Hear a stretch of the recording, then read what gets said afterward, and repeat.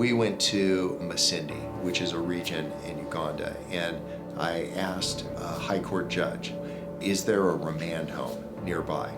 And we went inside and found all these young men that had been inside this place with a plastic bucket, in the back, and they let them out that door just a little bit of time each day. And I'm like, this is nuts. Like, there's no way this should be going on. And so I asked this high court judge, could we get involved?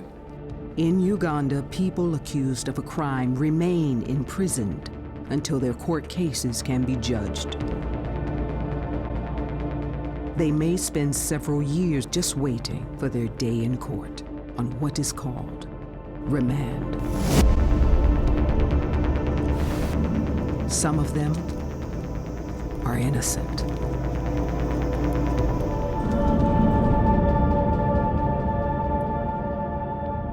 My name is Tomsime Henry, and I was charged with murder twice.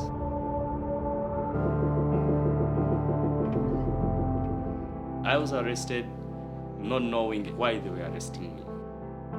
They were saying, you are a murderer. I told my mom not to come and visit me anymore. I told her no more coming to visit me because I'm no longer really going to be released. This is our playground.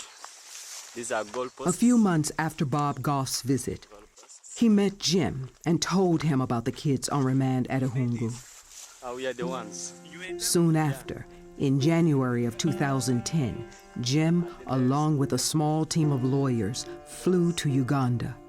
There, Jim met Henry for the first time.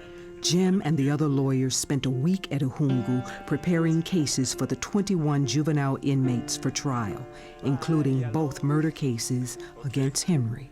Over the course of the weeks following our return to the United States, these cases started to move forward, and these kids got court dates, these kids got released. Most of them were released within several weeks of the time of us leaving. When the case against Henry, Joseph, and their father went to court, all charges were dropped because there was no evidence against them. When the trial came for the second murder charge, there was one lawyer representing both Rose and Henry. That lawyer decided that the case that the defense put on would defend Rose and blame Henry. At the end of the trial, both Rose and Henry were convicted of murder. The day after Henry was convicted, I got on a plane and flew back to Uganda. For the next 3 days, I sat with him and worked on a pre-sentence report. The judge reviewed the pre-sentence report and ultimately sentenced him to 1 year of probation and allowed him to go home.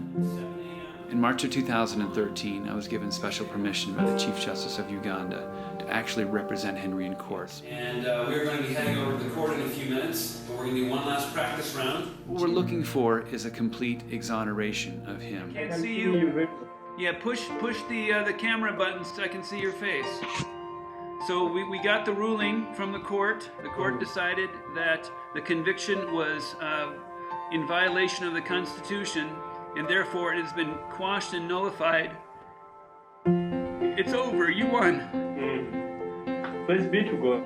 Yeah. I've been just waiting, praying. Two things we've gotten used to doing since we met each other, huh? It's much, much bigger than one person. It's much bigger than one case. This is a transformation that the Ugandans are engaging in that will live long after Henry, will live long after me. And there are others who are picking up the torch and walking ahead. And most of those people are Ugandans, and it's a privilege to walk with them. So we talk every week on the phone.